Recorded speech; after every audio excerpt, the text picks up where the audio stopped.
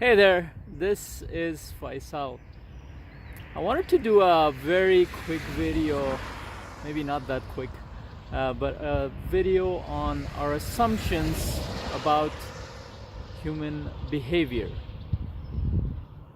What a beautiful place here. If you can see, it's a nice little lake behind me.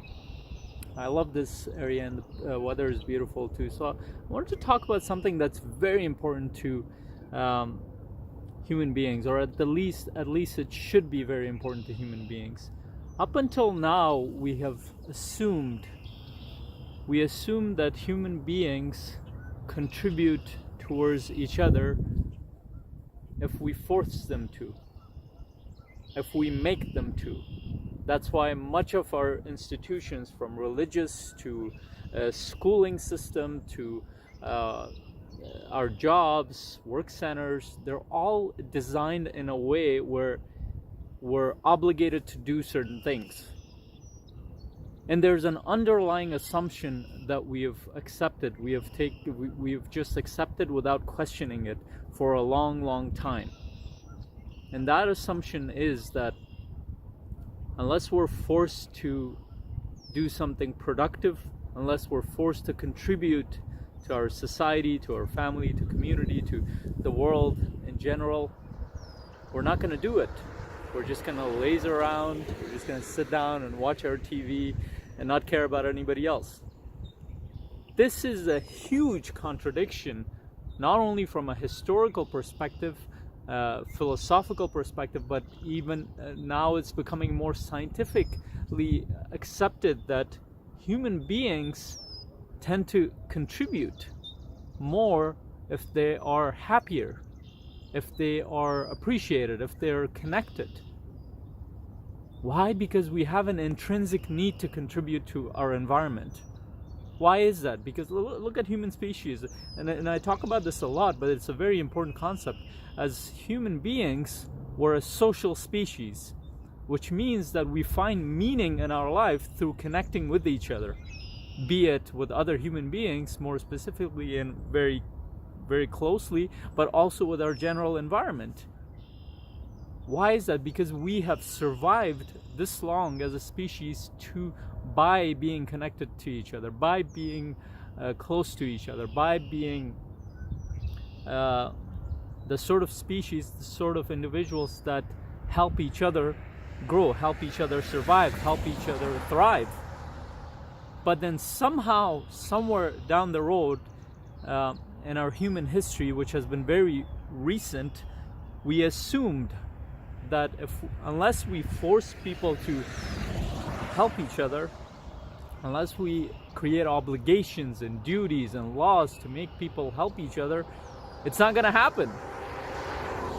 I don't know how we got to that conclusion. There's a lot of theories around that.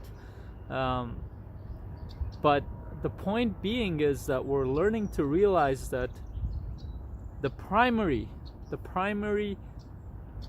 factor for being able to contribute in society is the individual's happiness, the individual's inner peace, the individual's ability to recognize his or her own self-worth.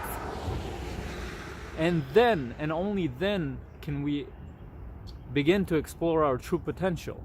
And the reason I talk about this a lot is because I work with people one-on-one, and I've studied this stuff over the past decade to see what is it that drives us. And I always used to, and I assume the same thing, is that the only things that drive us is, we must make is money and material possessions and other things. While those things are necessary, they're important, resources are important, money is important, your possessions are important in this day and age. Why? Because they help you create something. It's a means to an end. But then what's the end? What are we trying to seek? What we're trying to seek, in essence, and a lot of people don't think about this, is we're trying to seek connection. We're trying to seek belonging. We're trying to seek meaning in our lives. We're trying to seek experiences that help us feel connected to something. And this is why people are constantly in search of God, universal mind,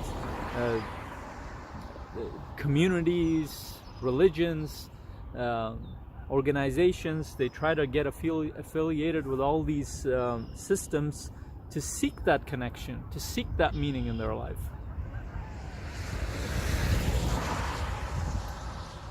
So my point here is that if we do realize that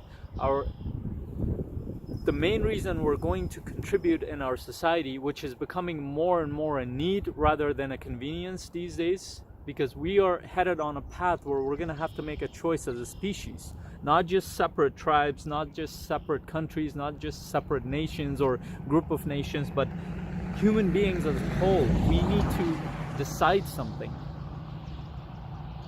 And that decision is, how are we going to contribute towards each other and the environment that we live in? So it's not just about ourselves, but it's about our ecosystem. And this is why I was inspired to do this in a natural area. And one of the only things that I've been able to know for sure is that we are deeply, deeply connected to our natural environment, despite the fact that we have strayed so far away from that. And unless we can gain that connection back to that, and also that connection back to ourselves, as in to the human family, we cannot hope to create a future that's sustainable for human beings and for ourselves. And we cannot hope to create meaningful lives for each other as well. And we're learning more and more these days that people are beginning to hate the lives that they live, the work that they do, the things that they accumulate. I mean, we're given the idea that if we keep accumulating things over time, we'll be satisfied. So we work hard and work towards something for a better half of our life. And then we get to a point and we ask ourselves, well, is this it? And then that's when a lot of people start to ask, is there more to life? And yes, there is. But you're going to have to start asking the right questions.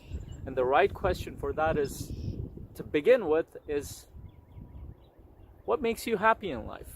What makes you feel connected in life? What makes you excited about life? Work towards that.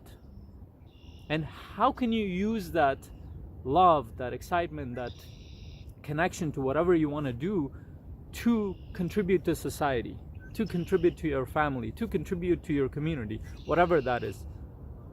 And if you can figure that out, and it's not a matter of if, it's a matter of when. If you focus on these questions enough, what you will find is that your subconscious tries to look for things, tries to locate things within your environment, opportunities within your environment to get you closer to that. But you're going to have to get in the mindset of asking that question, asking those questions. What do I love to do? What makes me happy? What makes me feel excited about life? How can I feel more connected? How can I contribute with what I love to do? These are very, very important questions that very, very, very few people ask in their lives. So I hope you do that, and I hope you take the time to write down the answers. Think about them and write down the answers, because it might help you access parts of yourselves that you don't know yet. I hope this video was helpful to you. If you have any thoughts, comments, or questions, please post them below. If you had any ideas about contribution, about how we can gain happiness and meaning in our lives, please post that as well. Until my next video, have an awesome day. Bye.